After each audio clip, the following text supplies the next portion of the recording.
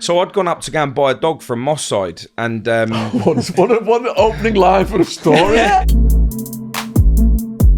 Trauma can come from any angle. Do you know, even like you could be in another room, if they're shouting, you'll remember it. You might bypass it, but later on it comes back out. I was the only child he grabbed, and I was scared, but I was happy because it was me dad. So as I come out, I've grabbed the end of the gun and I've moved it to the side, and I'm holding this gun, and they're like, what you do? I said, what are you doing? And they go, give me everything you got. I said, I've got what you've got. You know, everything that I think about, everything I smell, I touch, I listen to, it's just my brother. But my brother didn't realise that when he was going up to score his drugs, that they had a tip off that they were going to get robbed by a gang. And I'm driving, and then I just started screaming like just holding the steering wheel, and I'm shaking it, trying to pull the steering wheel off. And I'm driving down the motorway, I'm trying to pull the steering wheel off, you know. You know, I'd gone out, I lost my brother, and the night I lost my brother, I was still that same violent person, you know what I mean? But this time I wasn't going out just to smack someone up, I was going out to kill 4 people. 14 seconds of violence caused. 14 seconds of violence has caused so much trauma. It's unreal. She's literally smashed her whole house up, and she's screaming, "Oh, my baby."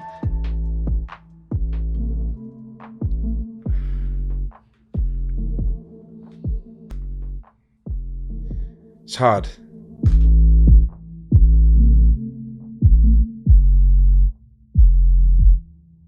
Nah, this is passion, this is real, this is what I felt. There's no clout in any of this, you know, it's all about the message.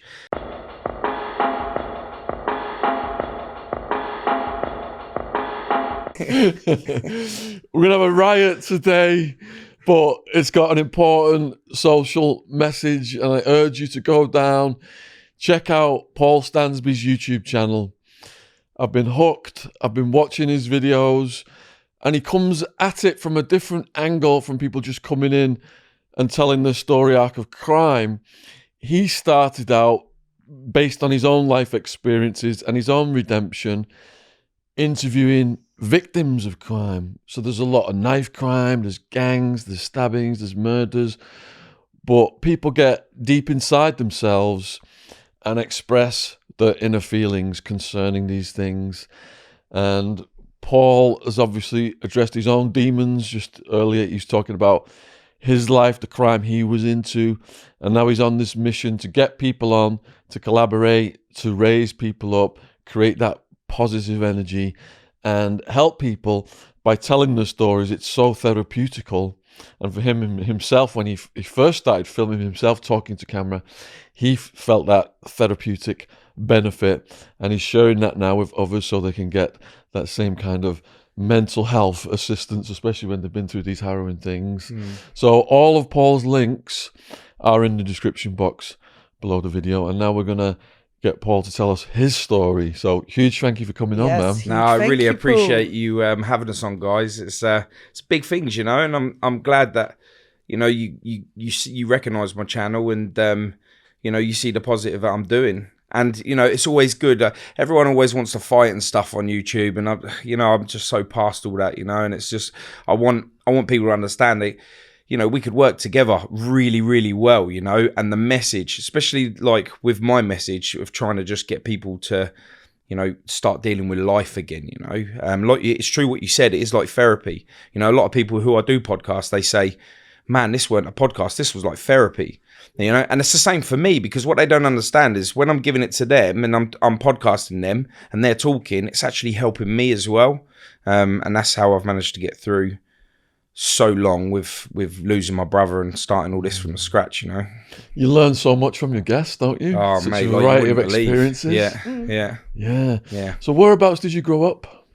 Oh, mate, all over, and that ain't even no joke. I was born in London, born at West Middlesex Hospital, Hounslow, Feltham, all of that area, and then I come from quite a domestic childhood. My dad was pretty hands-on with my mum. I never witnessed it. I heard it. And you know yourself with things that you do, trauma can come from any angle. Do you know, even like you could be in another room, if they're shouting, you'll remember it. You might bypass it, but later on it comes back out, you know, and that was like that for me. So we ended up moving. We got put into protective custody, so a women's refuge. So we were put in women's refuges where there's no men allowed in there whatsoever. It's just women, 387 women.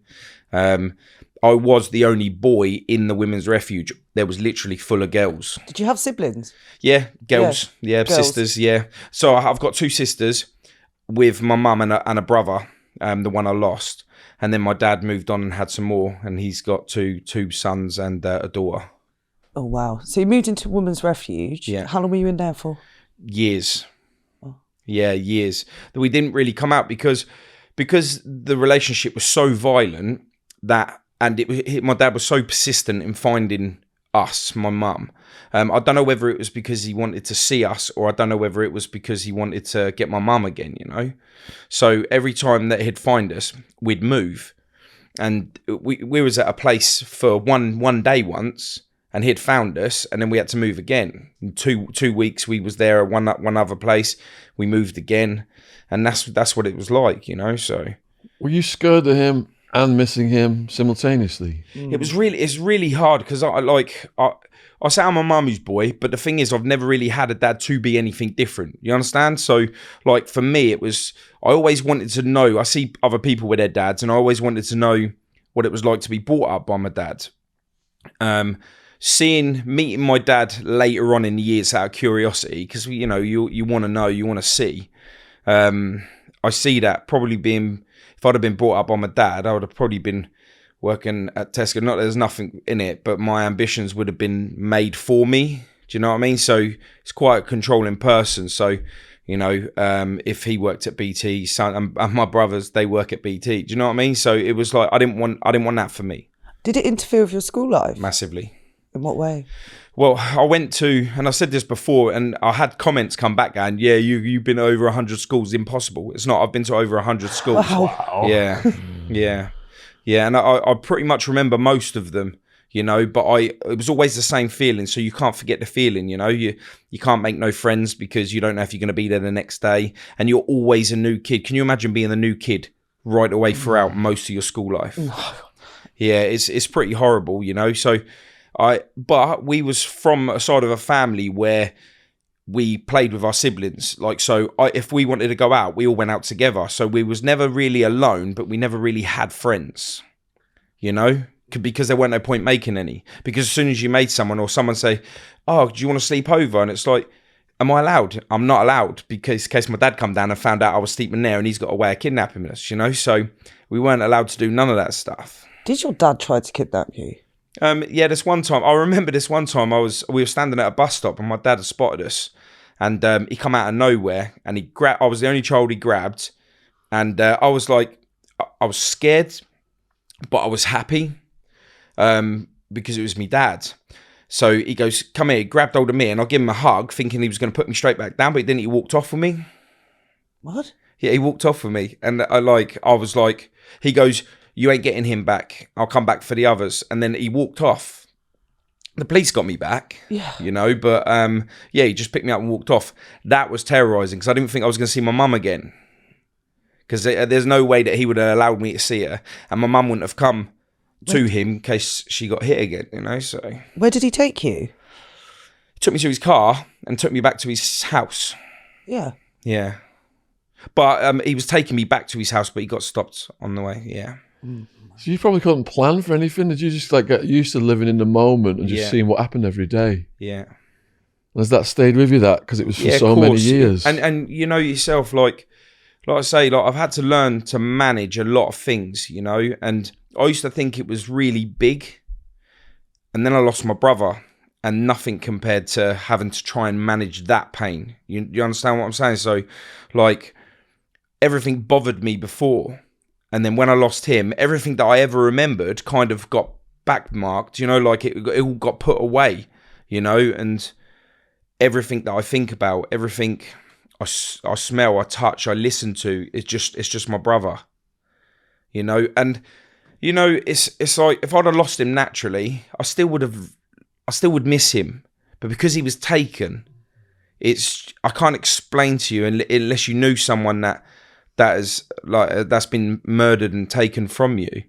But it's just like 1 minute he was there, next minute he was gone, and I'll never see him again, you know. But he replaced my dad. He was like my dad. He taught me how to cook, how to clean, like shave, my little cat whiskers. Yeah. Obviously, I weren't very good at it, so I let it grow, you know. Yeah, I let it grow. Oh, he's not around to teach me anymore, so I've got to get this thing on the go. That's a hell of a beard, got to say. I think, How old were you then when your brother died? I'm 21 now, so it was like no. That was 5 years ago. I'm 39 now, so it's 5 years ago. Oh, it's 5 years ago. All right, let's go back then still. So, this must have interfered with your education dramatically. Moving around. Yeah, I didn't really have that. I have trouble like with reading and spelling and stuff.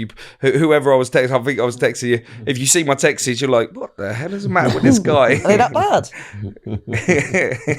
You're saying nothing. Like so everything's short. I put it down as short texting. That's what it is. Yeah. It's the iPhone, you see. So as you got older in school, then did you have a plan for the rest of your life? Do you know what it is? Like when I was younger, so my mum met another guy and he was an horrible guy. Yeah, but my mum met a horrible guy to try and scare my dad to stop him from coming. But because I look exactly like my dad, I was enemy number one, you know? So like if my dad ever did come, I would get the brunt of it, or, you know, he'd just think that my mum was always looking at me and seeing him, you know. So I got a lot of torment on that one.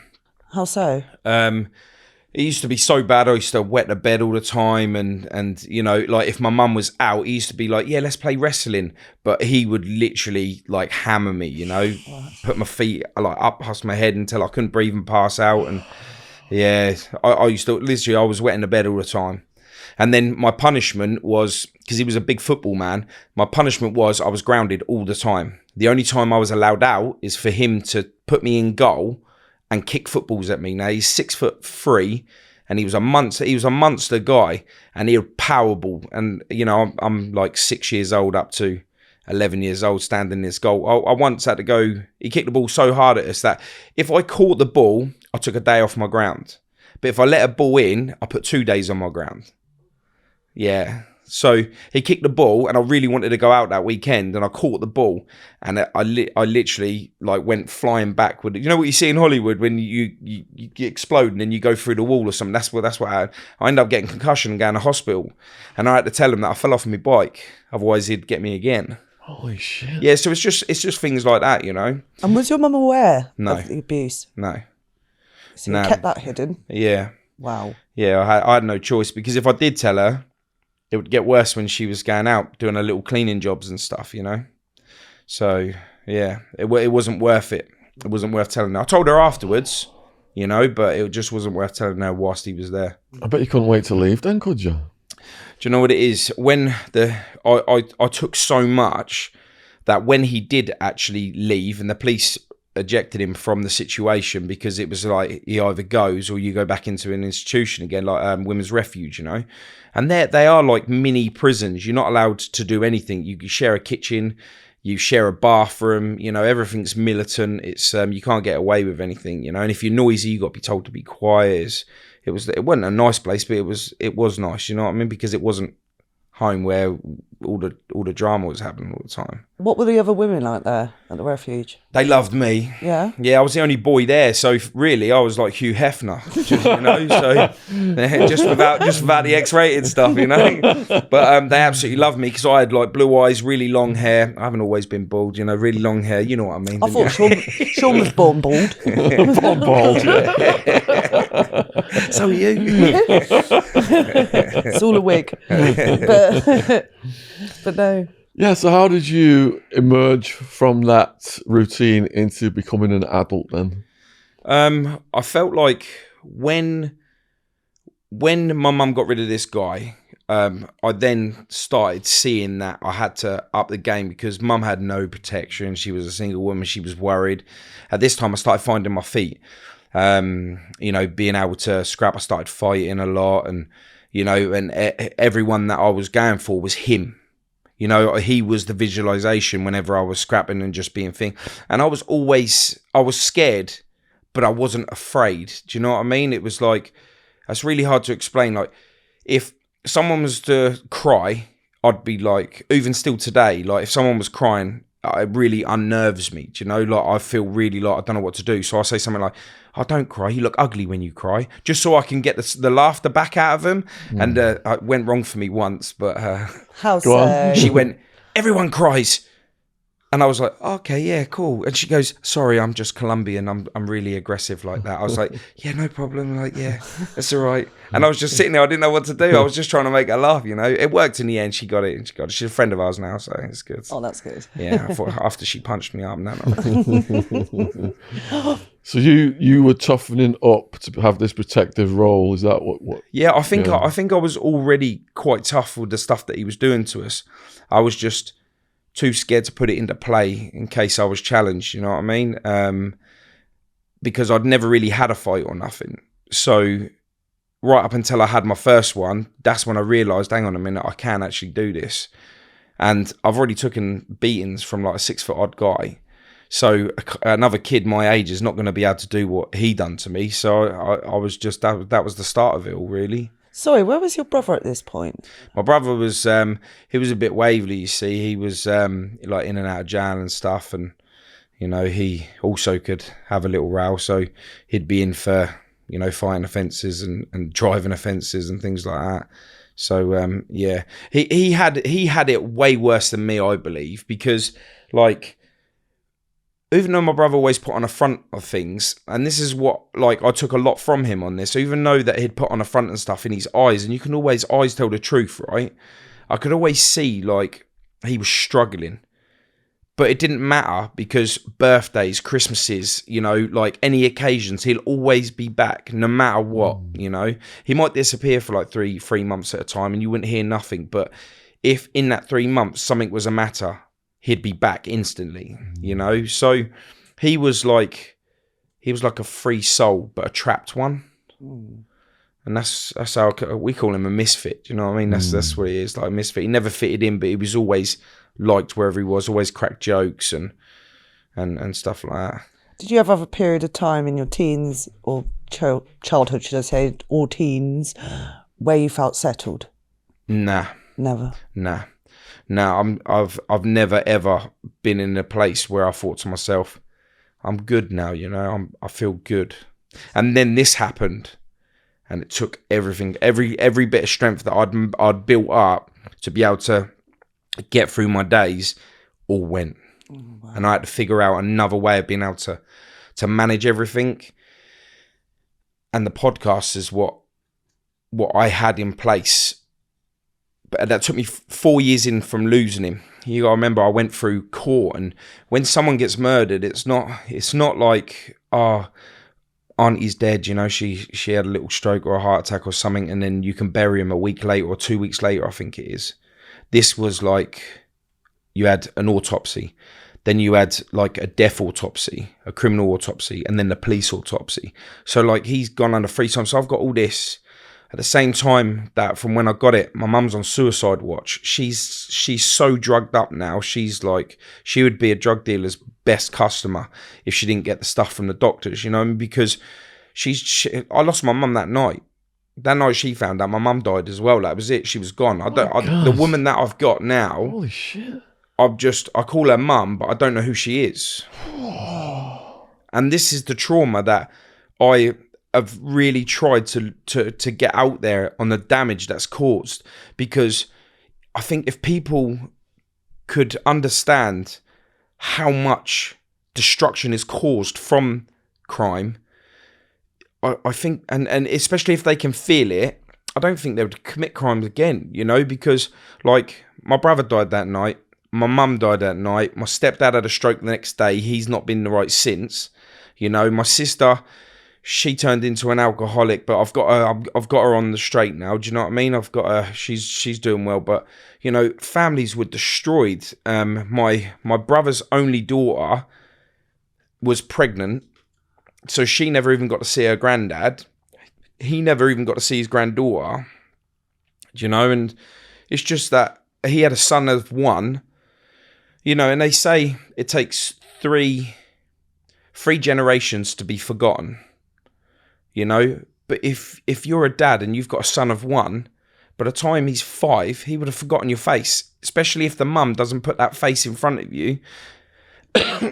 So you go from the 3 generations to maybe 4 or 5 years in a child's life. Wow. You've been replaced. And the only way he'd know that he had a dad is, my dad died when I was 1. He was killed. And that's it. This is what no one is putting out there.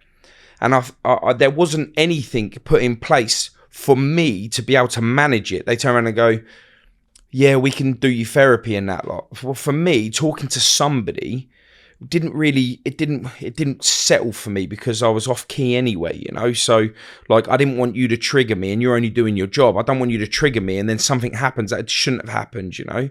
So I'm like, no, I'm good. I need to stay focused. I've got to watch my mum. She's like tempted to kill herself so many times, and it's just horrendous because you turn around and say to her, you go, Mum, what about us? But she's not thinking that because my brother was her firstborn. You know, it was her baby. She was young when she had him. I think she was 14 when she had him. That is quite young. Very young, you know. And she would sit there and say that was way too young. She would admit to it. But you imagine, she was 14 when she had my brother, and she's 60. And so most of her life has been with her son, you know. It's not been anywhere without him. What is the age gap between you two? He was 41 when he died. It's been 5 years. He's 46. I'm 39. So yeah. But with my others, I've got one sister that's like a year older than me, and then I've got another sister that's 3 years older than me than him. You know, so yeah.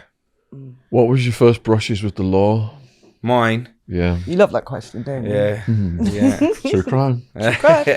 True crime. My first brushes with the law. I think it was shoplifting.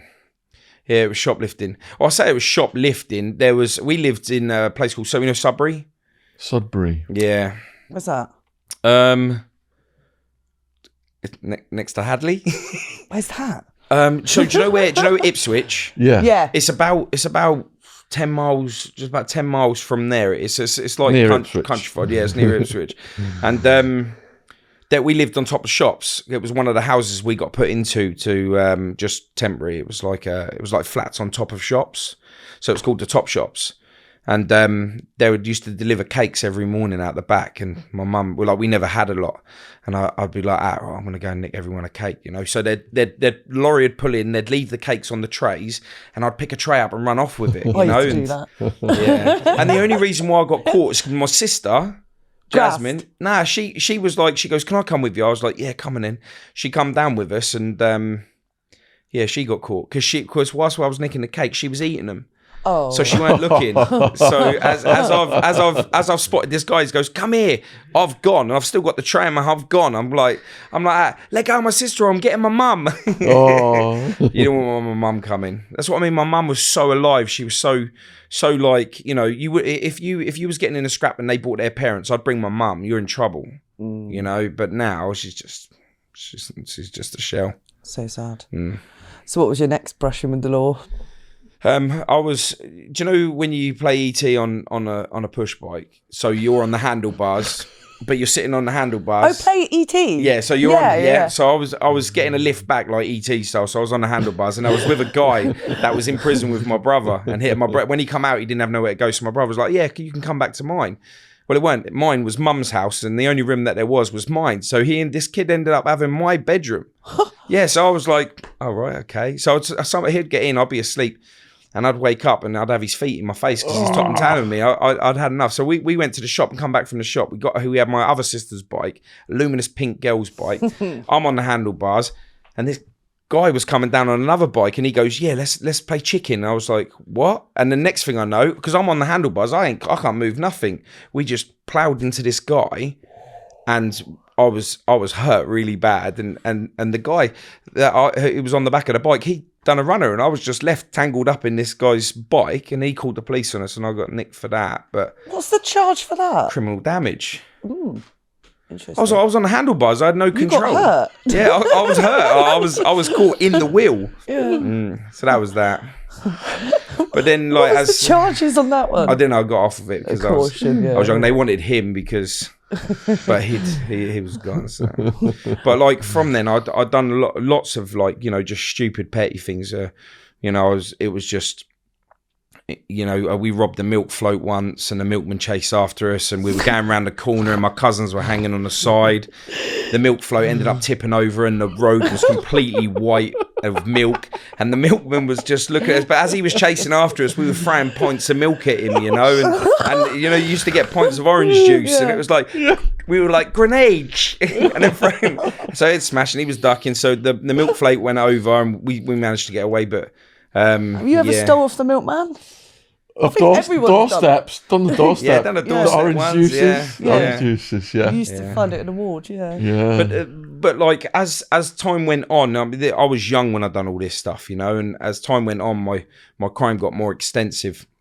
You know, I started being up in the dock for weapon offences, you know, so I'd been up there a couple of times for knife crime offences because, like I said earlier on, I wasn't a clean person. I was hands in dirty, you know, and you know, weapons were choice, axe, knives, things like that, you know. It was just part and parcel of how we was back then when we were kids.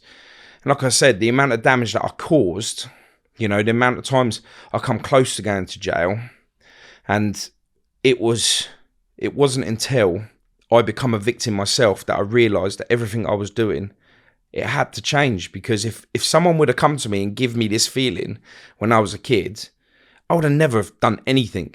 I would never have hurt anybody, no matter what. I would never have hurt anybody, because now I know how they felt. And I've done apologies. I've said to everyone that I've hurt, whether they believe my apology or not, it's up to them. But I am truly sorry for what I did. So the weapons offences then, was that like possession? Was that hurting people? Or? Yeah. So I had a couple of charges for stabbing. We was in a tussle once before in a group, and I ended up like whacking a copper with a hammer, and you know, it was just like bits and pieces, like all stuff. I can't stress to you enough how much I regret all the stuff I've done, you know. So that landed you in prison, did it, for the first time? No. I ended up in a mental institution. I was deemed unsafe to the public, so yeah. Oh wow! So you had to get psychiatric analysis? Yeah, it was the police that put me there. You know, it was. You know, I was in this. I was in it for a while, but you know, they stuck me in there. But I didn't feel like I was nuts. I knew that I was off key, but I didn't think that I was like I should have been. You know, people are in there and they're headbutting walls and shouting out stupid stuff, and you know, like chants and that. I wasn't any of that. I was just like. So were you heavily medicated back then when you were in the mental institute? Yeah. Right. And that's why I don't do medication that lot now, because they don't tell you what they're putting you on. They just give you it, you know. And the more you are off key, the more that they give you to make you just fall asleep all the time. And you know, when you see, and sometimes you see in the movies where they're sitting there and they're just like, you feel like that, really fatigued. That's what it does to you. They try and almost get you to a point where you just can't be bothered. And that's how come you see them people that are slurring words and stuff, because they're just off their nut. Yeah. Not mentally, just off their nut, like with drugs. And so I don't take no tablets for nothing. No. Did you get your own room in there? Yeah.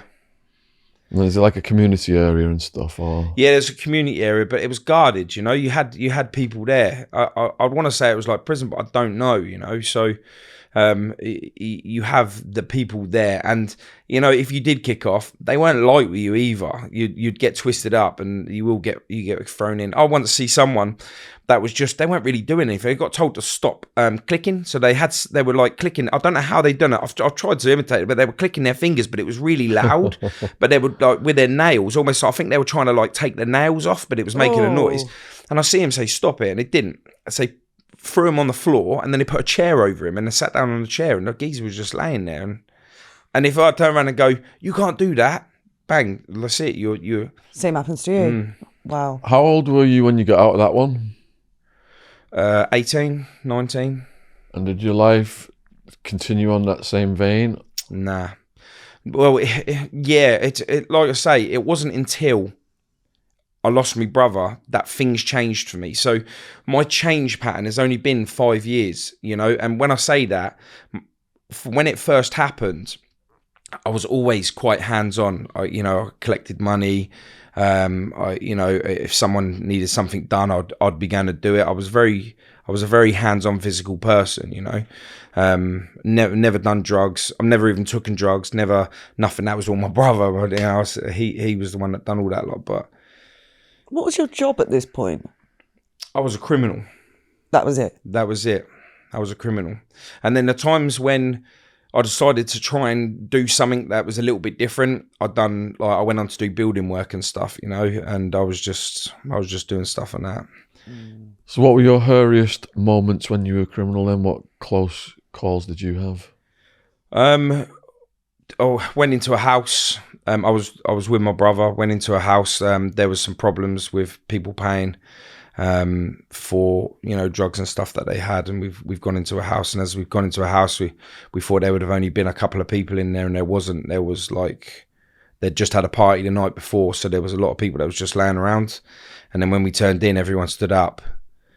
That ended up in a mass brawl. There was about 4 of us, and there was a lot of them. I couldn't even tell you how many people there was. There was a lot of them. That was one of them. We were lucky to get out. Someone that was with us, he ended up getting stabbed in through the, you know, the part between the collarbone, and he got stabbed there. So we ended up having to drag him out and then get him in a car and go. Did that ever get collected? Yeah. How much was it? Out of interest. $4,000. Yeah, it weren't nothing major, but yeah, it weren't like no big player thing. But it's just, you know, countryside, so. It's just, you know, if you're a fiver, people do stupid things. It's just pathetic, honestly. But what about getting guns pulled on you, things like that? Yeah, I haven't been convicted for any of that, so I've never had my hands on any of them before. But I mean, other people pulling them on you? Yeah, there was this one time where I was actually in Manchester, in Moss Side. I used to live Moss up there. Side? Yeah, we got chased out of Moss Side. Yeah, and that's kind of like that, isn't it? It's absolutely crazy. Yeah. So I'd gone up to go and buy a dog from Moss Side, and what an opening line for the story. I have to go and buy a dog from Moss Side. So I've gone up there. I'm in Moss Side. I'm buying this dog, and I pulled in this road, and there was no cars anywhere. I was the only car that was there, and I was like, something don't feel right here. So we'd gone up, and I thought, we're getting robbed. I'm getting robbed. I was on my own, and I was like, I'm getting robbed here. I still done it anyway because I really wanted this dog. You know, there wasn't many people that had this certain dog, so I was it was an American Bulldog, but it was like Johnson's one. So it was stocky. The dad, dog. yeah, it was a really nice dog. You know, so I've opened the door, and this girl's opened the door, and I was like, oh, you all right? I'm a burly man standing on the door. There's a little girl there. It's fine. I was like, I come to buy a dog. They say, yeah, come in. I've got a dog. And then as I was leaving, someone said, so this guy pulled a gun out, and I was like, what's that? So I've grabbed the end of the gun and I've pulled it down. Is this in the house? Yeah, as I'm Someone coming out. Who lived in the house? So what they done is I think they set it up. So as I was coming out, they were going to rob me. So someone out on the street was already ready for when I was coming out of the house. So as I come out, I've grabbed the end of the gun and I've moved it to the side, and I'm holding this gun, and they're like, what you do? I said, what are you doing? And they go, give me everything you got. I said, I've got what you've got. You know, I've got what you got. But obviously I was I was very aggressive with this. I said, I've got what you got. And I love that. And I said, if you want the money, mate, it's in the house. And he went, right. So he walked straight past me. I got in my car and I was gone. Oh, did you get the dog? Yeah, I got the dog. The dog's mine, you know. But I was like, this, get out of the way. But yeah, that was a hairy moment on that one. I'm never going to Moss Side to buy a dog again. Yeah. I'll stay local now. Stick with chihuahuas and stuff. Do you still have that dog? Nah, it dies. Yeah. Oh, sorry to hear. Yeah, it dies. So have you been stabbed? No. I got stabbed with a nail file. Okay. Yeah. By who? Ex. Yeah. An ex. Yeah. Do you want a row? Well, no, it wasn't even a row. I was leaving my shop at the time to go up to Newcastle because I used to live up in Newcastle, and I was leaving my shop, and she's just crazy girl. She's an ex for a reason. So my phone rang, and I left all my CDs. The times of CDs, you know. And I left my CDs, and my brother-in-law called me up, and he was like, "You've left all your CDs." I was like, "All right, no problem." She was like, "Who's that?" She's sitting there doing her nails. "Who's that?" I go, "Give me a sec." So I was like, "Yeah, I'll be there in a minute." She's like, "Who is that?" I went, "Give me a sec. I'm just on the phone." She goes, "You're chatting to a girl," and I was like, hold up, I'll come back in a minute. I'll put the phone down. She was like, "You're chatting to a girl." I was like, "I'm chatting to Ryan. You're going to see him in a minute, you know." And she was like, "No, nails," and she went like that to stab me in the eye with the nail file. And I put my hand up, luckily, and you see that scar that's there. Yeah. She got me on that one. Good and proper. Oh my god, can you imagine if she'd have got that? I've got to ask. You've got a lot of tattoos. Yeah. Which was your first? It was some Chinese symbols that was underneath here. Oh yeah. The reason why I got tattoos was all mental, the mental trauma. I never planned on getting tattoos. I didn't want tattoos. I wanted to be an individual, you know. My brother was covered as well. My journey for tattoos started because I wanted to create a persona that if this guy ever come back to my mum's, I would look scary enough for him not to want to hurt her. Okay.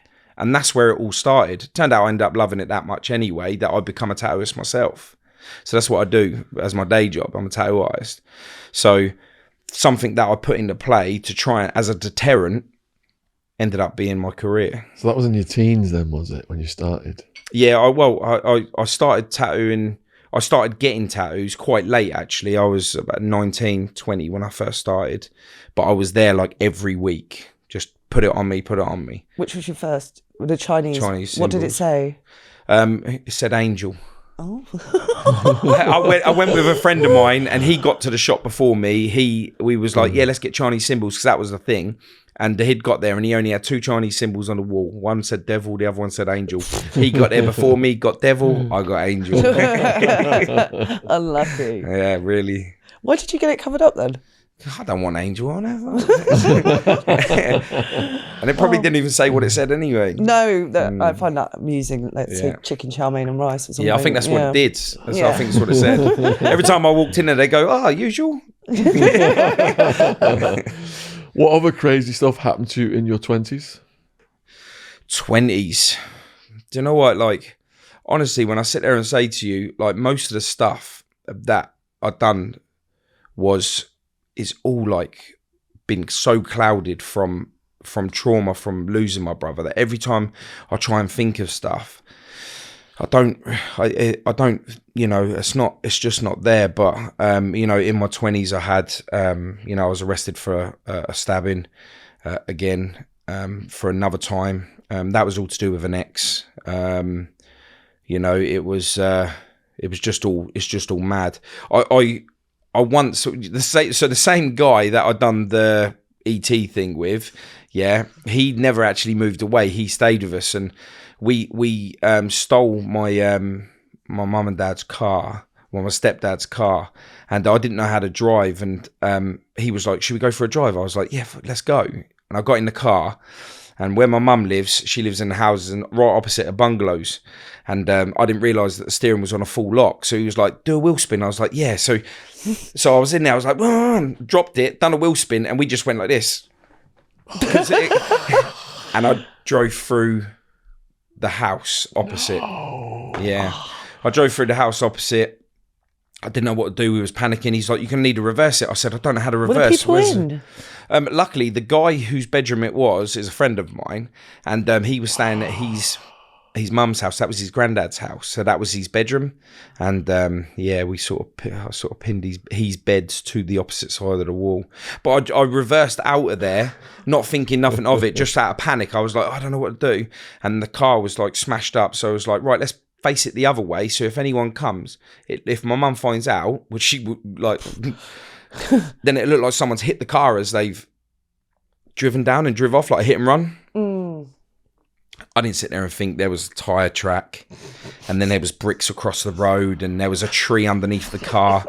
you know. And I've gone to my mum. I was like, can I stay at my mate's house tonight? And he in Scottish, the boy, he was Scottish. He was from Scotland, but we called him Scottish. He was like, what am I going to do? I said, that's your problem, mate. Like, I'm off. Like, so I was away, get a phone call in the morning, get your ass home now. I was like, what's the matter, mum? It was him. It was him. I saw him do it. I went, yeah, it was just pass the buck on that one. When did you move out of living with your mum then? 15. 15. 15, yeah. Where did you go? I moved into a house with a girl that I was with at the time. Absolute just nuts woman. You know, I hadn't been too successful with women, you know. I just, I hadn't been that great. There's a lot of trauma there, I can tell you. But yeah, I ended up moving in with this older woman. She had a kid and that lot. I moved in with her. She had the house, so it was only like 10 doors up the road from where I lived anyway. So how long did that last? Oh, longer than what it should have done, mate. Longer than what it should have done. That was all help and part and parcel of how I ended up in the nut house as well. It was all massive parts to play with it and stuff. Yeah. How so? She was just mind games. You know, you go from one mind game to another mind game, and it was just, you know, you're always getting kicked out. And she was always one of them where, like, do you know who like I'm with, you know? And because I was very violent, she was quite well hated. But when she was with me, they didn't really touch her or nothing.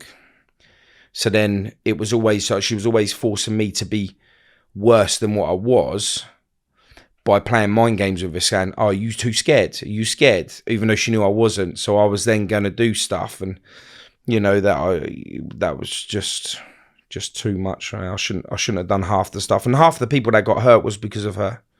You know, just because she wanted to be queen of the estate, you know. And it didn't really work out because she's horrible. So the stress... we just stop at horrible. Horrible. Because there'd be a whole hour of what I could call. So the stress accumulated. Yeah. You ended up in that place, and then where did you go back to her? Did you go somewhere else? No. That was done. I mean, I'd come out of the institution. I'd got in some more trouble, and I was on the run from the police. What kind of trouble? Fighting again, just, you know, fighting and just collecting and all of the above, you know. And, you know, a lot of the time when I was where I was at, I was really well known within my area, you know, and because you're not involved with it anymore, everyone always try and call you what they need to call you because they want you back. Do you know what I mean? They want you back in that negativity. So you can't rise to that stuff. But when I was there, I thought I was like loved. I thought I was popular. I thought I was the man. Everyone would bib. Everyone would just give you mad respect, you know. And you thought that you was just king because everyone just feared you, and it was just power. And you know, when you realise that the respect is out of fear and it's not out of love, you realise that no one actually likes you. You're just an horrible person and no one wanted you around. So when I left, I was on the run. I'd done a runner to Warrington. Warrington, where I'm from. I'm from Widnes, next to Warrington. Yeah. So I'd done one up there to a guy called Gary Bundy's house, and he was like my friend here. And he ended up meeting a girl from there.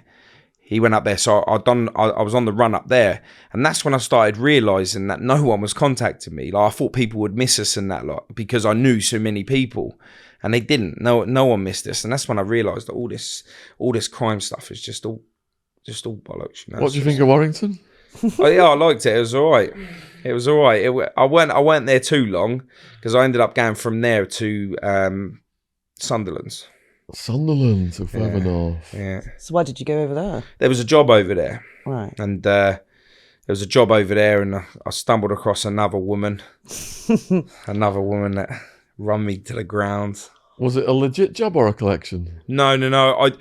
I when I moved away, and being away from that lifestyle and being away from people that expect that from you, that when you move somewhere new, if you're in your head, you want to change. When you go somewhere new, you could be anyone you want to be. You know, and I just wanted to be different because I was fed up with the pain that I was feeling of like, just, you know, you have to do this. You have to be that person, you know, and it's just, you know, you look in the mirror and you just don't even want to look at yourself anymore, because you know that who that person is not who you truly are, you know. And it's like, it's, and I understand that now.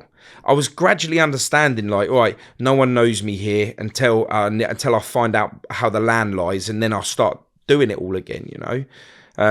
So I was enjoying being invisible. It was nice to be invisible. I walked down the road, and you know, a horn would bib, and I didn't have to turn around, you know, and be like, "Who are, mate? How you doing?" You know, I didn't have to do none of that. It was just nice to be invisible.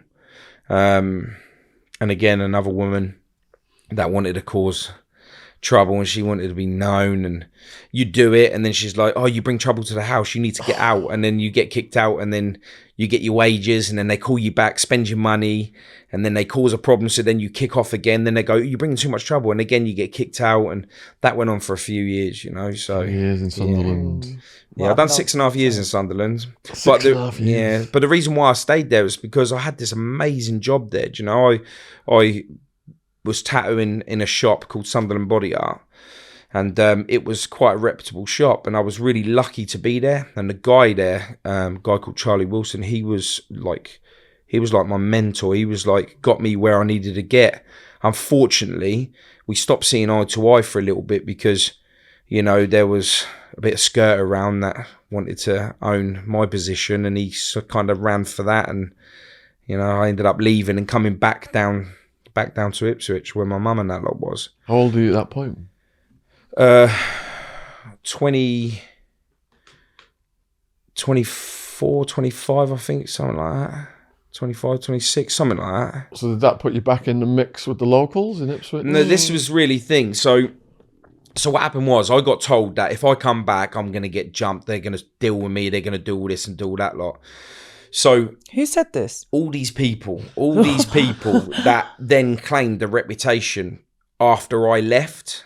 So when you leave, someone else is ready to jump in your spot, right?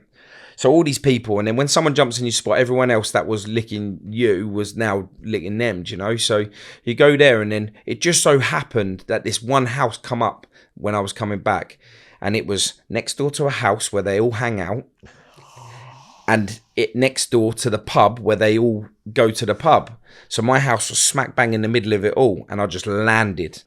This podcast is sponsored by Harry's. Harry's is way more than a super sharp razor company. They're here to revamp your whole routine, from close shaves and flake-free hair, all the way to clear, healthy skin. Harry's helps guys feel great. For this sponsorship, Harry's is offering a free travel-sized shower gel with a trial set to you, the viewers, to give you a chance to try their other products as well as shave. Please make sure to support this podcast and give your own shower shave a go by redeeming a free Harry's trial set. All you cover is £3.95 for delivery. Just head to harrys.com/Shaun, SHAUN, to have your set delivered and start a shave plan. Your freebie will be added at checkout.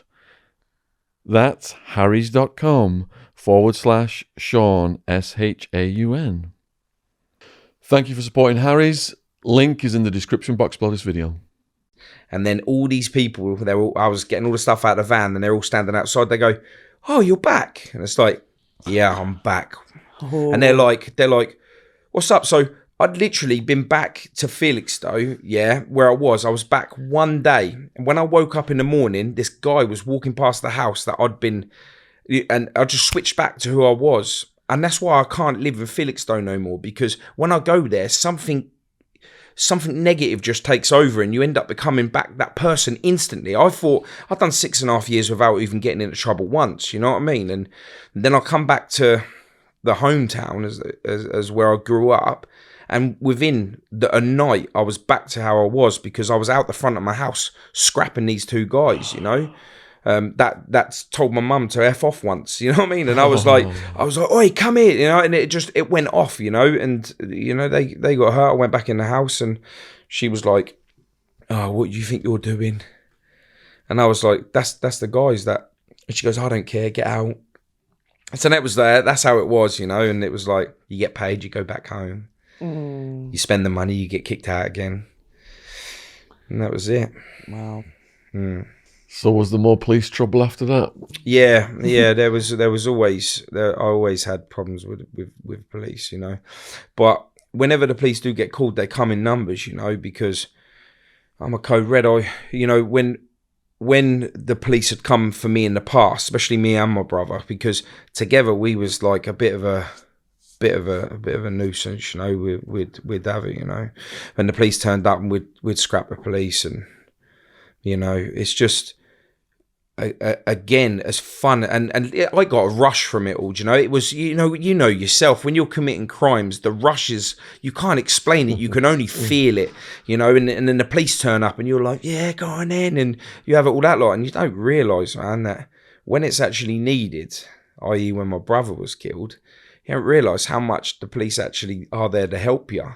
And it's a rude awakening, because I'm like, police, you know, like giving it all out. Like, I really have no respect for the police whatsoever, none.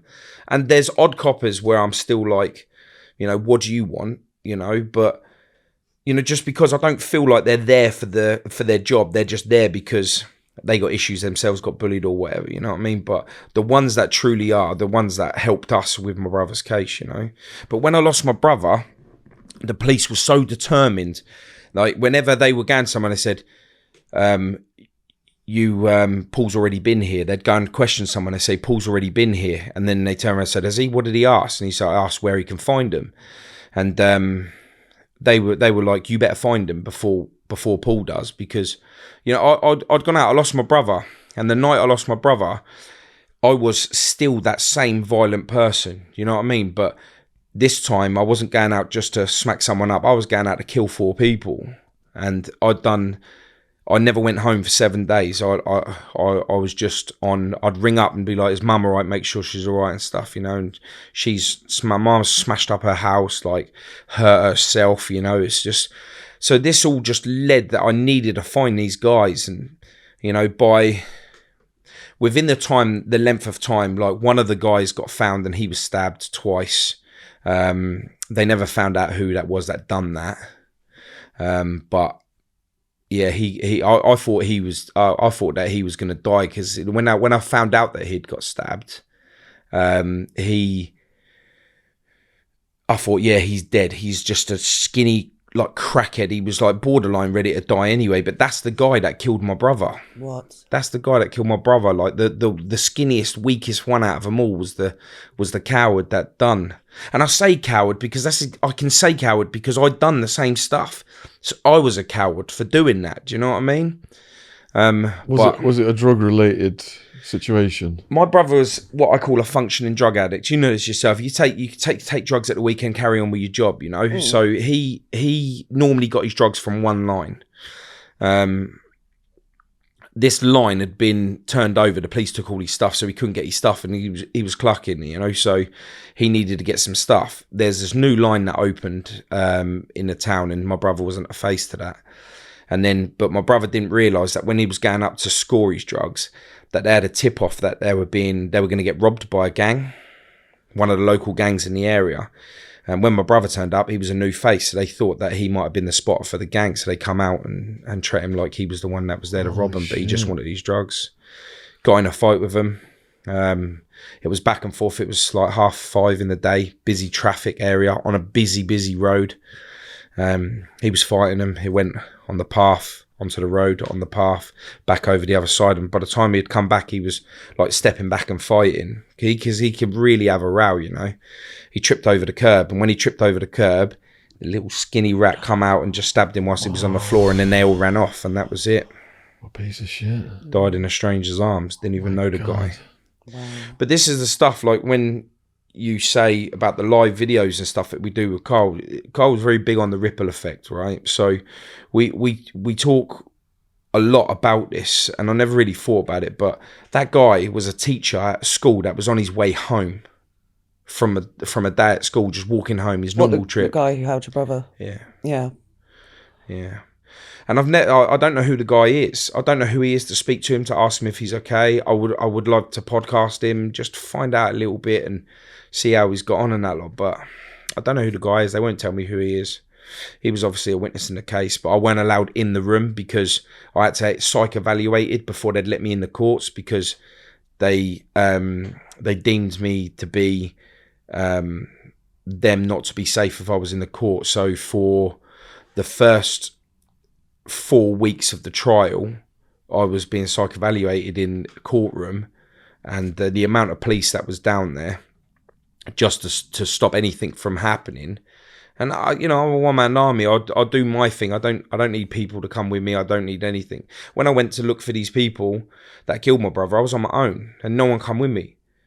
And I felt lonely because I thought I had people around me that would come with me to kill people, And when it's actually put on the table and it's like, right, my brother's been killed. Like, I need to go and find these people. Don't do nothing stupid. I know you're not going to listen, but don't do nothing stupid. I'm like, all right, yeah, cool. And just hung up. And I was so angry. I was like, wait until I've dealt with these, and I'm going to come back and I'm going to have words with you, because you should be by my side. Because if someone died in your family, I would have been there with you. Do you know what I mean? That would probably have been me doing the killing for you, but I was on my own. And that was hard. So whilst I'm dealing with all this, I've got the worry of, like I say, my mum and stuff. And then I've got trying to get my head right, because I want to kill these people before my brother gets found. And the police are they can't nick me because they think I'm going to go and kill somebody. So they're always like one step ahead of me, or they're trying to think they're in front of me. But every time they went round a house thinking they were one step ahead of me, I'd already been round the house. I was walking down the road. I was causing that much destruction. I was taking drug dealers that were shotting on the corners, and I was just ruining them. I had no interest in any of the drugs or anything. And they said, did he take your drugs? And it's like, no. The people I was with did. Yeah. Like when I say the people that I was with, so I'd get a crackhead and I'd say, take me to the person where they're shotting, because I didn't know where they were. So I'd go down, they'd go, there he is over there. And I go, wicked. I'd go off, dealt with them, and then them people that were waiting on the corner waiting for me, they'd come running out, scurries like little cockroaches, and they'd be fleecing them whilst I'd be off. I wasn't interested in that, and it got to the point where I was finding all these places, and I was walking, and I found out there was a house. Yeah, so I turned up to this house where one of the people was supposed to be who killed my brother, and I turned up to the house, and they said it was a flat. So you walk in, there's stairs that go up the side of the house to the door, and there's a little driveway down the side. And I'm down there, I'm knocking on the door, hoping it's going to come to the door. There's no answer. I'm shouting through the letterbox, Jason Ruby, you better come out, mate. I want to talk to you. And there was nothing. So I got on the phone. I've come down the stairs. I've got on the phone. I'm standing there and I'm on the phone. I was like, you told me he was going to be here. You wait until I come and see you. Do you know what I mean? You give me false information. You're running me around. I said, time is precious. We need to get these people. And I'm on there. I was like, you told me he was going to be here. I'm tooled up. I'm ready to go. I'm waiting to kill this geezer. So whilst I'm standing there was this white van on the driveway, and the windows were like blacked out, and I'm standing there and I'm like talking on the phone, but I can see myself in the mirror, in the reflection of and I'm like, I'm gonna do him, he's done, like tell me where he is. And he's like, I swear to you he's there. I went until I was in court that he moved from the house and he moved into the van. So as I'm shouting that I'm gonna kill him and everything else, he was actually looking at me through the window in the van, because he said it in court. Oh wow. Where were you when you found out about your brother's death? I was in a petrol station. Can you talk us through that day? Yeah. It's a really weird one that day, right? Because where my brother was murdered, that's the journey home for Jamie, my cameraman. That's his journey home. And he'd had a real crap day at work. And he was on the bus home. And when he was on the bus home, it was under a bridge, and all the bridge had been cornered off. There was like tape police everywhere, like lights.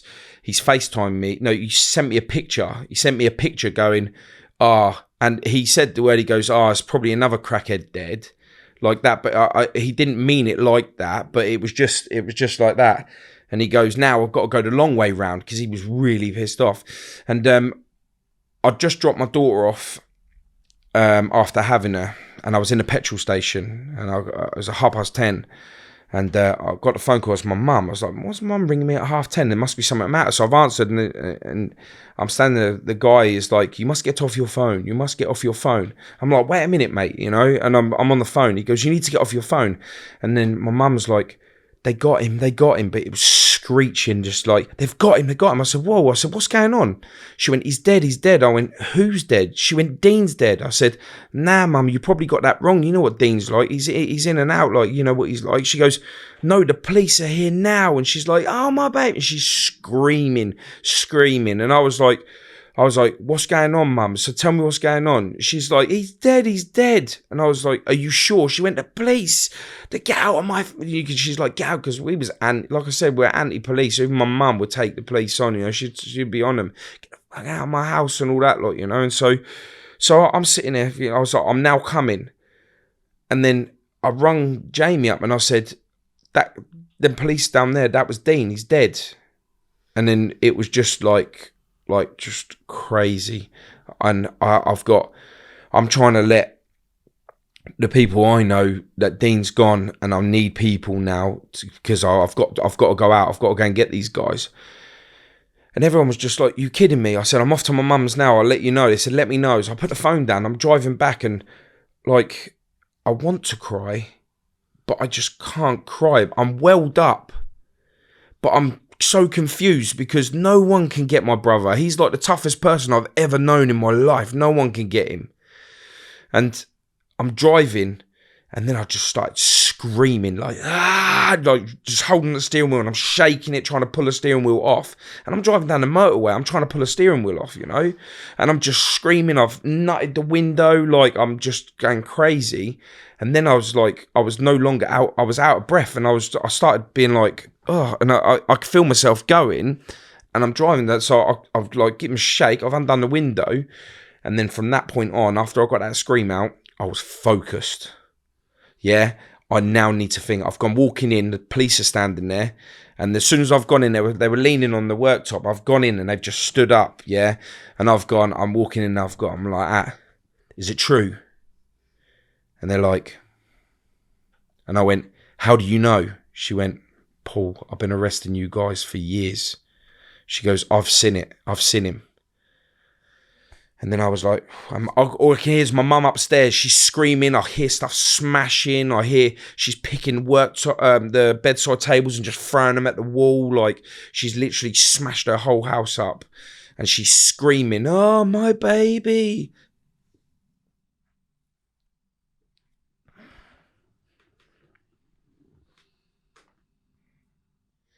It's hard. And then, like I say, I was focused. And then from that point, I was like, do you know who they are? She went, no. I said, I'll have them by tomorrow morning. And she just looked at me and she goes, I don't doubt that. And then my cousin come round, and he was a useless... my cousin is... he was about that life as well, like drug life and stuff.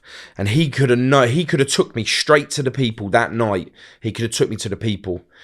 And he goes, if you need me, you know where I am. I said, I don't need you. I don't need nobody. And then I got in my car. I said to the others, I went, you look after mum. And the police were like, Paul, you need to let people know first. And I said, I'll be letting everyone know. But I'll tell you what, like, it's so thing because the police let me do their job for a little bit, you know. I had to ring my brother's sons up, and I had to say to him, your dad's dead, you know. And they're screaming down the phone, and it's just mental. Absolutely mental. But I had to do all of that.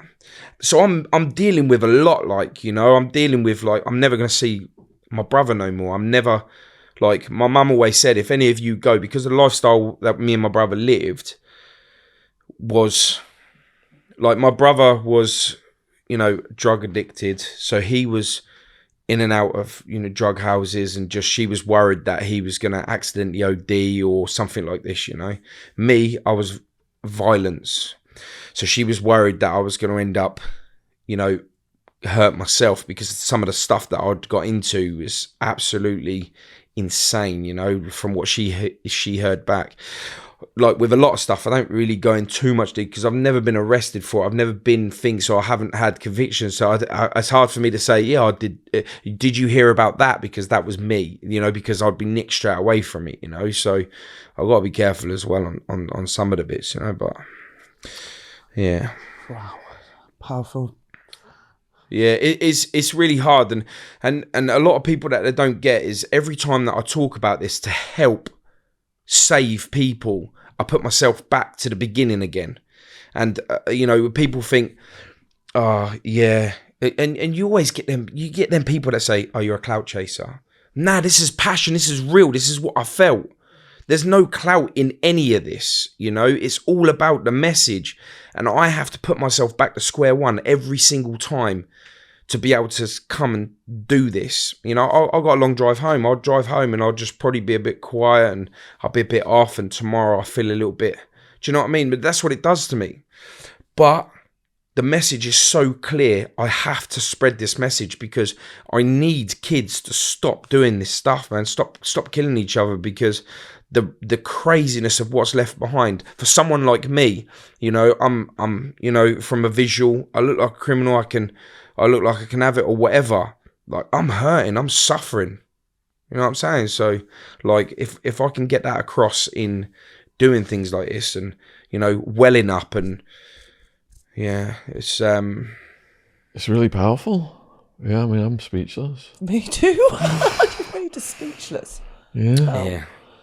You're very strong. Yeah. Very strong. I honestly, if I think about falling back a little bit just to have some me time, I don't think I'd get back up again. Wow. Yeah. So in the aftermath of that, then your siblings, what's going on with you and your siblings? My sister, who's was heavy on drinking stuff, I thought she was gonna just kill herself off as well.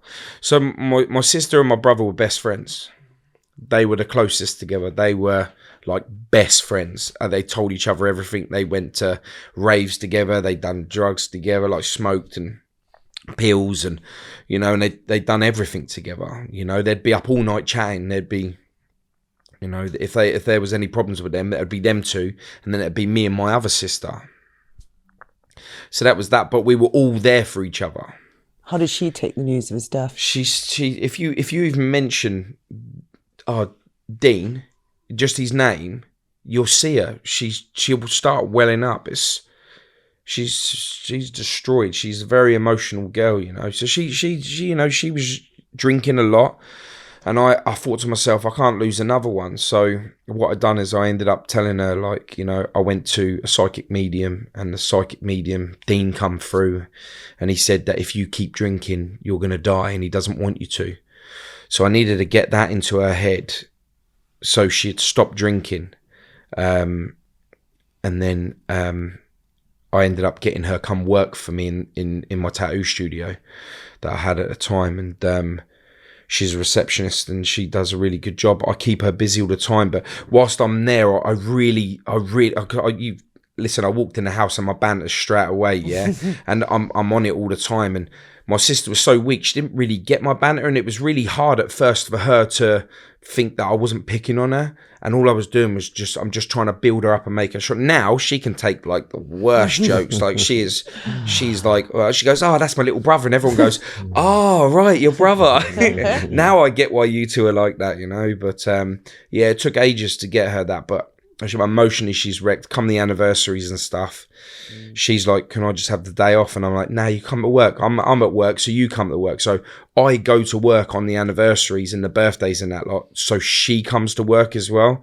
Because if I left her at home, I don't know if she's going to start getting back to the drink and ruin everything that she's built up for one day, you know. So I try and celebrate the days. I get us all together and go for meals and stuff and just be like, you know, be lucky. And we let off balloons, and I try and do everything I can just to try and turn his death into a positive with like the podcast and the going out to do college talks. Thanks to Carl, he got us in the college and done things like that. And you know, and Jamie gets us into like the youth clubs and stuff. They contact him. He does all the emails and stuff, because I just can't do technology, you know.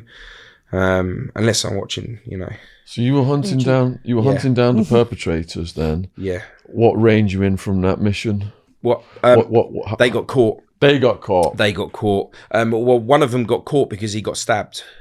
How? How did he get stabbed? Or why? Oh, well, he got stabbed because he killed my brother. Who did it? Well, Yeah, that kind one's of question. Yeah, I don't know. You don't know who did it? No. Okay. Yeah, and they all got put inside then, so they're getting. Did all of them go? Yeah. Are they getting? Yeah. So, do you know when I said about a medium earlier on? Yeah. So I went to a medium, yeah, because my mum, there's this lady, Stephanie Carr. You can look her up. She's famous medium. Yeah, she's absolutely a beautiful woman, right? And she went to my family, believe in all that stuff. I didn't, but I do now. Yeah. She went to this medium, and they turned around and said to my sister, in February, you're gonna have the police on your door. Be prepared. So they were like, oh, she was like, oh, my son's got a motorbike. He's going to fall off his motorbike. The police. In February the 8th, the police knocked on the door and told us my brother was murdered. She's actually writing a second book, and we're actually in it. I'm in it. In her second book, yeah. And so they all literally made appointments to go and see her to find out if they can speak to Dean, try and find out what went on. Me, I set this woman up. I've done a different name and that lot, and I went in there and I was like, she goes, you've lost someone very soon. And I was like, yeah, taken too soon. I was like, yeah. And then she started telling us about a gang in London. And she turned around and said, your brother said this gang in London is very dangerous. Do not retaliate. Please, I'm begging you, don't retaliate. And I'm like, my brother, my brother's game. Do you know what I mean? My brother wouldn't tell me. No, we weren't afraid of nothing. There's some things that we've done. Do you know what I mean? I know that my brother's not telling me not to retaliate because he knows I would. 2 weeks after I come out of there, I said, I've just been to a medium. She turned around and said that you use her to help solve cases. And they said, we have used mediums in the past to solve cases. And I was like, really? I was like, because she told me that it was a gang from London that had something to do with my brother. And the police go, no, we've got no inklings of anything coming from London. Then 2 weeks later, they arrested 2 guys from London. Wow. That were part of a gang that was running county lines. The lines, yeah. Yeah. Yeah. So knowing that they was in custody then, did that give you a sense of satisfaction that some justice was going to be served one way or the other? Nah, there's no satisfaction. And when I say to you, all I needed and wanted, the only goal that I had was murder. And I would not be satisfied until I have killed these 4 people. And that was in my head. So when they took that from me, when the police took that from me, because it's the right thing to do, right? But when they took that from me, I didn't know. I'm built up with just rage and anger because now I've been done. Like, the police have fucked me over again, and I'm not happy because, like, I want to kill these people. I don't want them to serve time. I want to kill them. So you're making plans to get arrested and go in, or? It went through my head. Yeah, I can imagine. Went through my head. Yeah, it went through my head because I even turned around and said, if I got arrested, they were going to be in certain jails. There's 4 of them. I'm going to be in one of their jails, right? And I said, yeah, but they'll have you on different wings. You wouldn't get out. I said, I'll still be able to get to them. Do you know what I mean? And I'm sitting there thinking, so I called out a couple of my mates. I said, like, are they in there? I then got a phone call from the police saying, we need to speak to you. And I was like, what's up? And they said, I understand that you are contacting people inside to get them killed inside. And I was like, I don't know what you're talking about. They said one of the phones that you had been speaking on was our undercover phone inside that we've left on the landing. And that was recording all the calls. Bastards. And I was like, right. And they go, because we know that you struggle and, this is very new and your emotions are everywhere and you've been very helpful. We're going to get you to sign this bit of paper. So I had to sign this bit of paper that swore that I wouldn't call nobody up in jail to kill these people, right? And so I've read this paper and they say, if you don't sign this, we have to arrest you for, willing to commit attempted murder. Do you know what I mean? So I signed this bit of paper and I've still got the paper. The paper's somewhere at home and I've still got it. I had to sign it as is it like an affidavit to say that I will not contact anyone from jail to get them killed. So I had that, you know. But when you're you know, you're left, and you are left after the people have been caught. You're left. You really are left. You're not, you know, as much as they turn around and say we're here for you if you need us. No, they're not, because they can't. Because all I want to do is give my brother a hug. Do you know what I mean? And you can't give me that. So what am I to do? I'm enraged, and this is when I started feeling like there was no one out there for me to be able to go to, and I'm the dangerous one. My mum's not dangerous. My mum just wants to die now. My sisters aren't dangerous. They just want to cry all the time. Me, I want revenge, but there was no one there for me. Nobody. So that's when I started seeing things from a victim's point of view. And that was probably the most powerful moment I ever had, of just sitting in a car on my own and just thinking, I've got nothing else to do now. I can't do nothing. I've let my brother down, you know. And you know, when you're alive, right? You live in the day. You think you think you're going to wake up tomorrow and the day's still going to be there, but there's that chance that you ain't going to wake up. So, but we abuse that power of just assuming that we're going to be there tomorrow. And because of that, yeah, we'll have an argument with someone before we go to sleep, just expecting we're going to make that up. I had an argument with my brother a week before he died. And it was a horrible argument, you know. We argued, but we loved each other. Do you know what I mean? And it was like, you know, and I had an argument. I said, I hate you. I don't want to speak to you no more. And he'd be like, cool, no problem. You ain't got to see me no more. Do you know what I mean? And then we walked off in the town. And that was the last words we said to each other. Oh, no. You know? So I can't stress to you enough that if there is a problem with someone in your family or a friend or something, please use this second now to send a text, give them a hug, two-handed hug. It's important. This one hug stuff is gang shit. You want to just, you know, give that proper hug and just be like, do you know what? Even if you don't want to talk to me, I just want you to know I love you. You're going to get your phone out first. So they're in the jail then, and there's got to be a trial, is there? Yeah, how long was the trial? 4 months. What was that like for you? It was horrendous because my mum had to go in the court on her own for the first I think it was about 4.5 weeks, Yeah, because you were getting assessed. I was getting assessed, and of course they didn't know whether they made the excuse that I couldn't go in there because they might use me as a witness. But as far as I was concerned, I don't know why they would call me as a witness, because I'm trying to kill people. So there's nothing that they can get from me to get. So they use that as an excuse, just in case the mental state was worse than what they thought, and I turned on them, and it just got all a bit nasty. So in the courtrooms, you know, you've got chairs everywhere.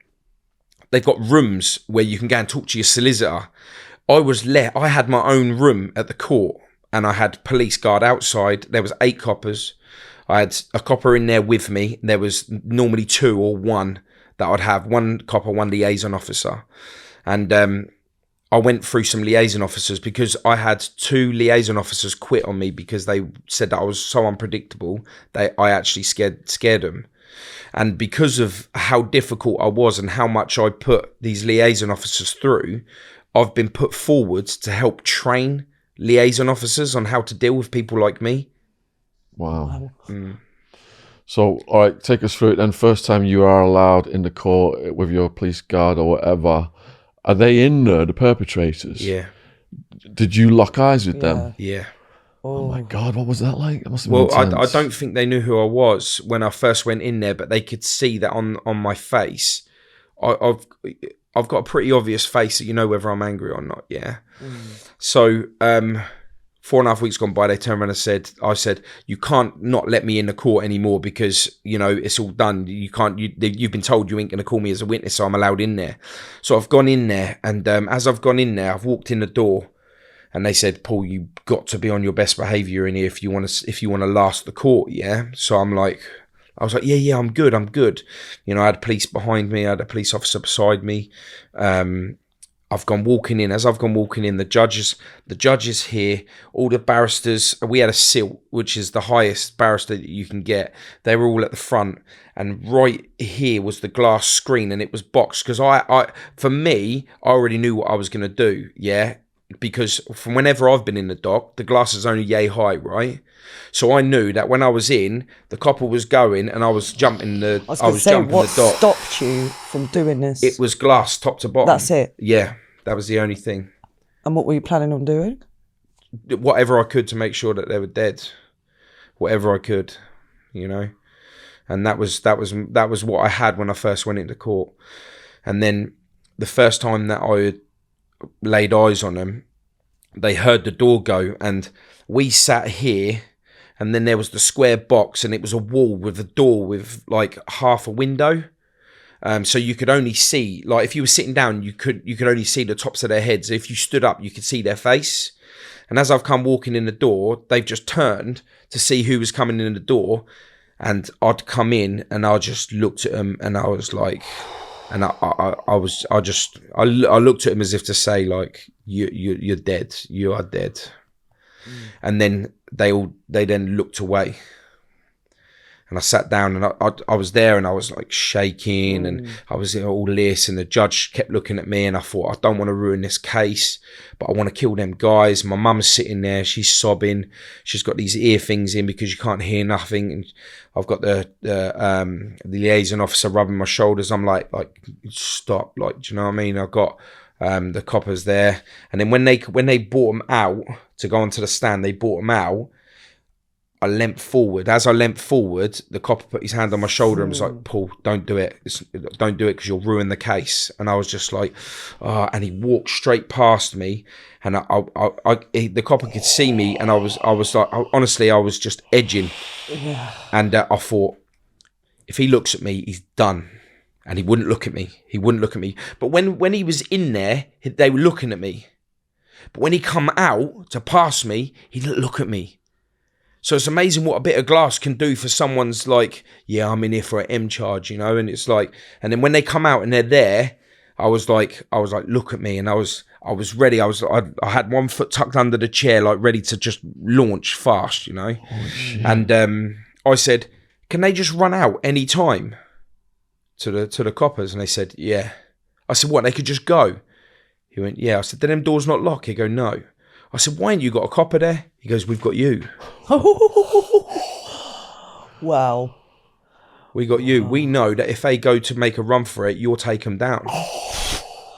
So they knew that they weren't going to get nowhere because I was sitting right next to the door. They said we didn't need a copper there to stop them from going because they had me. Wow. I've never heard anything like this before in my life. This is mind-blowing. It's like a movie, I want a podcast, the police officer that was dealing with me. I really want to. Yeah. So they can say before he can come on. Yeah, but it's not long. I think I've got about another 5 years and there's going to be a podcast to come.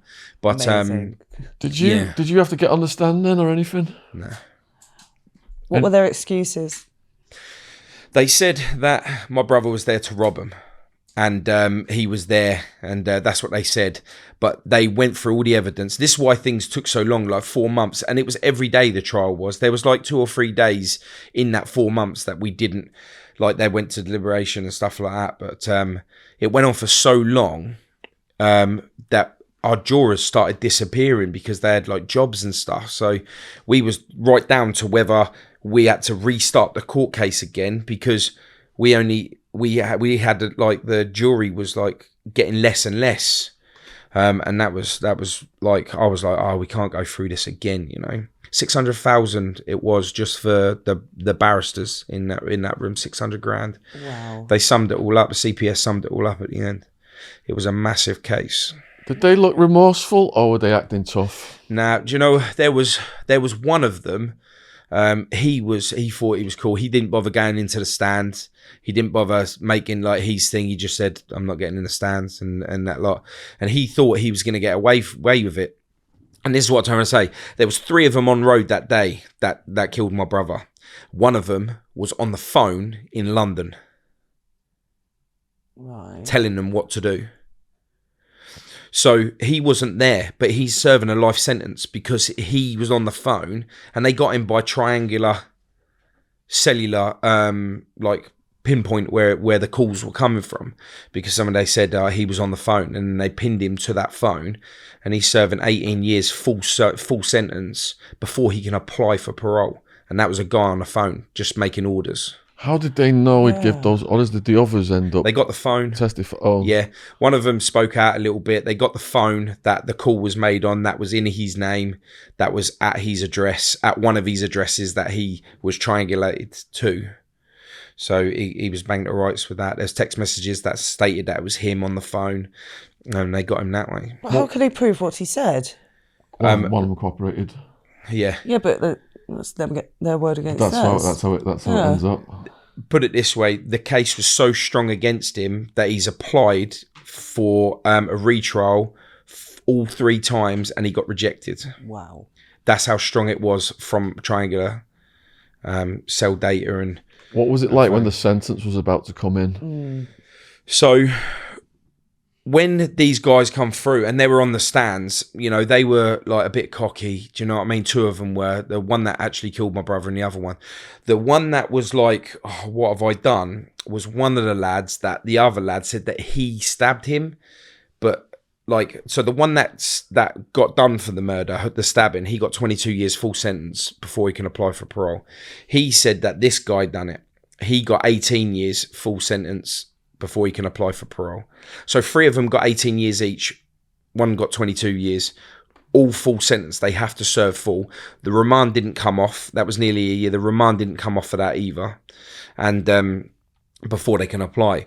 So when these sentences were handed, the one that they said was doing it, Daniel Gaganda, he come from a good family. Like, the dad was a real religious, smart, just humble guy. And he was telling my mum, he went up to my mum and said, like, if my son has done this, I'm truly sorry. You know, I don't know what's got into him. I tried to give him a good life. He just keeps running back to the streets and all this lot. And he was just like a real humble guy. You know, he turned up, and then he stopped turning up the trial. But when he got found guilty, yeah, he was standing up, and I see him go, and he went like this, and I was like, yeah, we've got him, and he now knows he's going to be spending a long time in jail because he's been found guilty. They don't give you the sentence when they tell you you're guilty. It then goes back, it goes to deliberation, and then they come back and tell you the sentencing. So he got found guilty.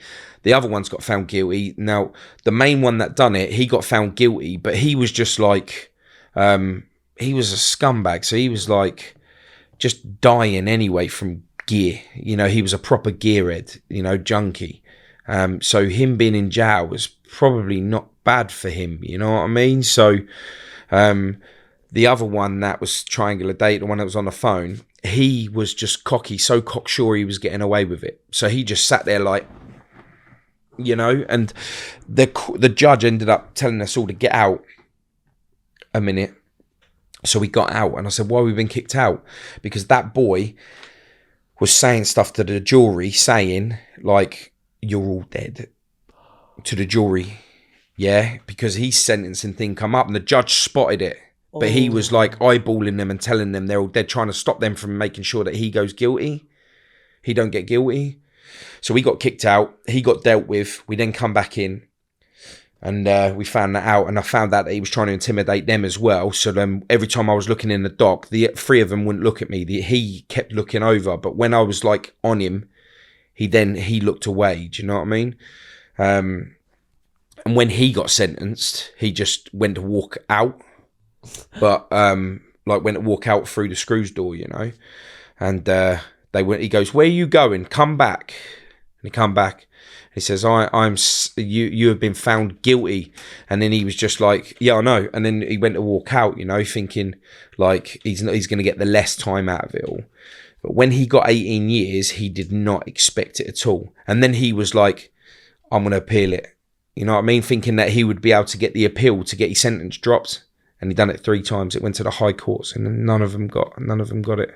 The evidence, they wanted it so bad. The judges, the barristers, the CPS, they used to come and see me in my room, and I was in there and I was being evaluated, and I was just like, I want this, like my mum, and they heard like my testimony and stuff, you know. I had help writing a letter to the judge saying, you know, I lost my mum that day, I lost that, and the judge was so sure that he's going to make it right so that these guys got justice.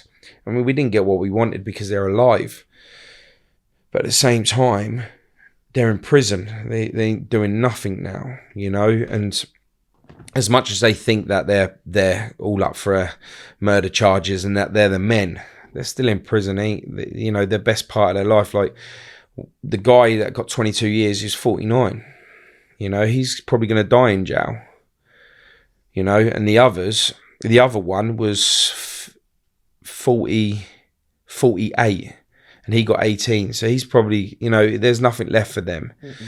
And the other guys, they're in their 20s, 23 and 26, so they're going to still be quite young to come out. But if they haven't got any children, they ain't having children at that age. Do you know what I mean? They ain't getting a mortgage at that age. They ain't getting nothing. Mm. Maybe they're thinking about that. Maybe they're not. But all I know is I can't do nothing without, you know, because I've signed this affidavit and I can't do nothing. And whilst I'm doing that, the only thing I can do is to make sure that my brother's life wasn't in vain and he didn't die for nothing. And with that, I tend to carry on with the podcast and creating a legacy on behalf of my brother and to help try and cure myself whilst helping other people. So I will continue spreading the message. And like I say, like, watch a show for years. I seen, you know, I was watching it from a different angle when I used to watch it, and I used to be like, oh man, I want to be like some of these people. Now I think to myself, if I can feel like this, I know the people that you podcast and other people podcast, yeah, they've also got that feeling in them. Just because no one's come at them with it, they ain't getting it out. And I do podcasts with people, tough men, you know, Razor and like all of these guys that are really well respected, you know, Kevin Lane, all these guys that are really well respected in the criminal fraternity, all to say, I wish we never done any of it. I wish like if I could do it all over again, I would, and I wouldn't have gone down a criminal route. These are the messages that I'm getting out of these people, even though they've got a story that you guys can elaborate on and just get this, like that was their life. I do the same people, but I get a different side of it out. So it's almost like therapy, like you said at the beginning, you know, and you know, I get a lot of enjoyment out of it and pain. So how did you get into it? I got to a point where I didn't know what to do, and I didn't want to forget my brother. Can we just go back a second? After the trial, and what was life like for you and your family? It was hard, mate. It was hard. When you lose someone and you're going to trial, you're busy. You know, I've got newspapers I'm dealing with. I've got, you know, the BBC ringing me up. I've got just so much stuff. I've got people like, oh, I heard about your brother. I'm trying to deal with all this. So I've got flowers turning up at the shop. Can you give them to your mum? I'm trying to hide them from my mum. I'm trying to, you know, make sure she's okay. So for me, I was very, very busy, but I preferred to be busy. So I didn't have chance to stop because, like I say, even still now, I haven't stopped, you know, and I don't think I will let myself stop. So I've got to carry on with this. But my mum spends most of the time in bed. She goes to bed at 5 o'clock. She pops tablets and she's like out for the count. My mum used to ring me up and she used to ring me up and say, all right, son, I'm now going to bed. All right, I'll see you in the morning. I'm like, all right, mum, see you in the morning. Love you. Bye. She's like, yeah. And then she'll ring me up in the morning. All right. But now I've had to tell my mum to stop calling me at night time. Do not call me at night time anymore, mum. Because when she rings up, she's like, all right, are you all right? And I'm like, Mum, have you had your tablet? She's like, yeah, I was taking, and I'm there looking at her and I'm thinking, if you die tonight, this is my last memory. And I already had that last memory of telling my brother I don't want nothing to do with him anymore. I don't need that memory of my mum being jacked up off her tits, like, you know, blurring, and she's like rolling her eyes like a junkie. My mum's a junkie now. on prescription drugs. So now I can't say goodnight to my mum anymore. I don't have that luxury anymore. I just got to hope that she rings me in the morning, because I don't ring her in the morning because I want her to have a purpose to get up in the morning. I must ring my son, see how he is. I don't want to wake her up and then she's like halfway through her sleep and she's like, yeah, I'm still in bed. I'm like, all right, I'll see you later. And she won't ring me for the rest of the day, so she won't get out of bed. So I have to let her ring me, and I think to myself, when I see it come up, Mum, I'm like, yeah, she's made it for another night. Yeah. That's really tough. It's deep. And this is what, 14 seconds of violence caused. 14 seconds of violence has caused so much trauma. It's unreal. Wow. So the therapeutic journey then was the podcast. It was, I set up a charity. I have a fully legal charity now. I set that up on behalf of my brother. It's called the Be Lucky Anti-Crime Foundation. We go out and we do events. We set up, we get phone calls from council and people, and we go out to troubled areas and set up little events. And one of the ones we done last year, which we're doing again this year, was in an area where crime has dropped by 15% because of what we did. And it's absolutely amazing. So there was a basketball court that was just damaged from kids. We ended up getting a graffiti artist. We graffitied up all of the basketball court. We run alongside another charity that does mental health, and they put on an event and they wanted us to become part of it, and we done a basketball tournament. And with the basketball tournament, we ended up getting coppers to come down and play the Crims. So it was Cops v Crims, and just to help build the relationship back with each other, instead of just being like, you know, what are you looking at? Why are you here? Get away, feds, you know. And now they're like, wait until next year, we're going to do you on the court. And it's really has like really improved that area that we've managed to do it. So we're doing it again this year, August 21st, which is on a Sunday, which is good. So we're going to do it again. It's going to be absolutely massive. And the kids are all like, let us know when you're doing it again. So it's really, and we're pulling kids from estates that don't normally mingle because they're not allowed on each other's estates. And we're pulling them all in, and they're all down there. No crime. There was 1,000 people down there that day. Wow. Never been seen before on that court, and not one bit of crime. Wow. Not one bit of crime. That's amazing. We've done that. My mum shaved her hair off. What? My mum shaved her hair off to raise money for the charity, which we end up, we're at the minute, we're now on our 7th bleed kit. So we've got stab kits. You know, when you see defibrillators in metal boxes on the side of, we've got stab kits. So we're putting them around the town. What is in a stab kit? Everything that you could do. So you've got a Tourniquet Kit. You've got stuff in there where you can put it on and it foams up and stops the bleeding. You've got, so like, do you know when you take your belt off and you wrap it around, it's got all of that like in there. It's got a blanket in there, so if they drop down the temperature, it's got like these round bandages. If the cut's really big, you can push it in there and then it like opens up to try and stop the bleeding. But these are the kits that we got. They're £550 each kit.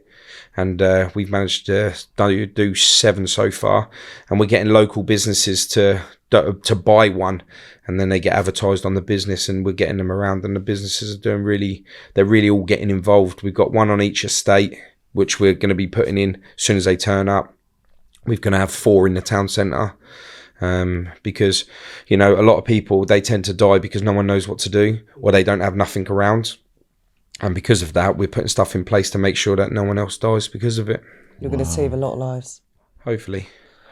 Yeah, podcasting. Yeah.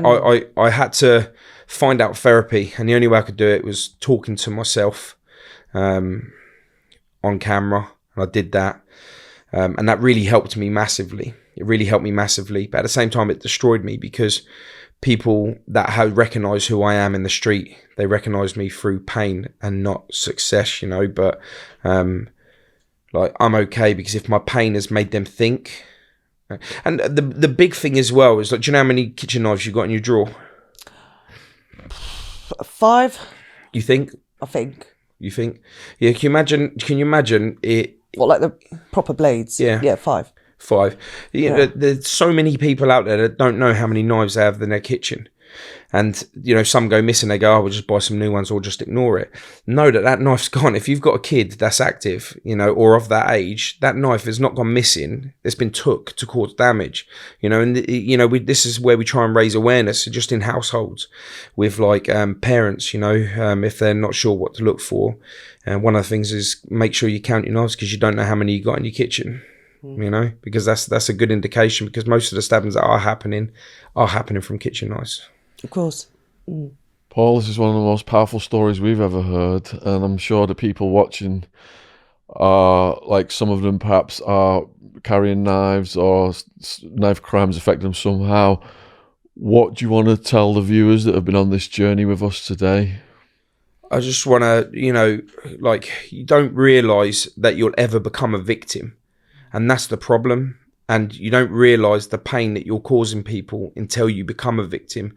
Just don't wait to be a victim and lose someone you truly love before you start making a change with what you're doing. Because if you feel like that 2 seconds of power is going to give you the rep that you feel like you deserve, no, it's not going to be relevant, because you're going to be in jail, yeah, and your rep won't even mean nothing, because there's people in there you'll be sharing with that are just 10 times worse than you, and that's going to be your life, you know, where you just put down a knife, count your kitchen knives in your kitchen, just talk to your kids, try and raise awareness as much as you can, and just, you know, just don't live the lifestyle, because I promise you, when you get to a certain age, you're going to regret everything, because I do. Yeah. Yes, don't get gangsteritis, just stay on a positive track, and all of Paul's links are going to be below in the description box. So where can people find you and support you and follow you?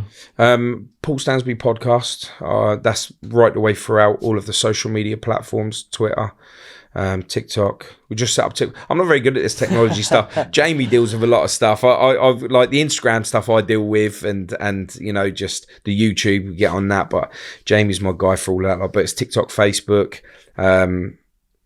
literally all of the platforms we're on. So Paul Stansby podcast. Brilliant, man. Give us a hug. That was amazing. Sorry, mics everywhere. Oh, thank you so much. Wow. Oh, that was... Yeah. So we've been brilliant, man. That was brilliant. Yeah. The spirit of your brother is in the room. Definitely. Yeah.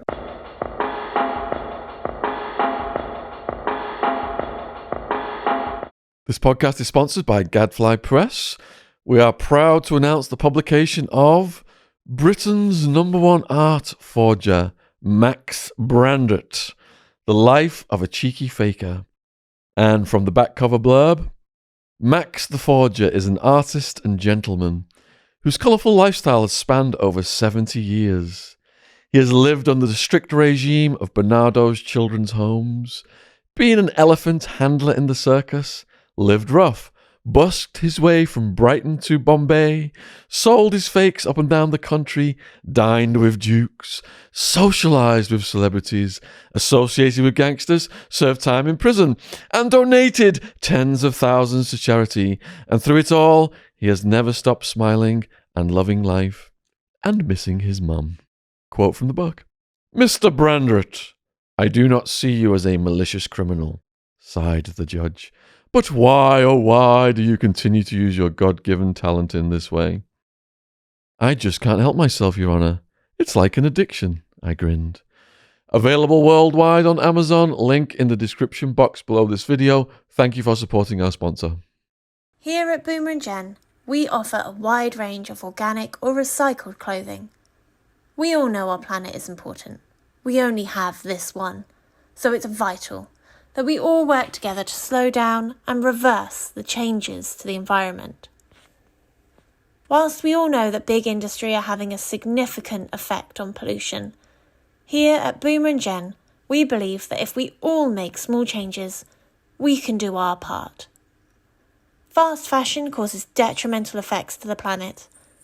Not only is nearly 20% of global wastewater produced by the fast fashion industry, but there is a considerable amount of fast fashion ending up in landfill.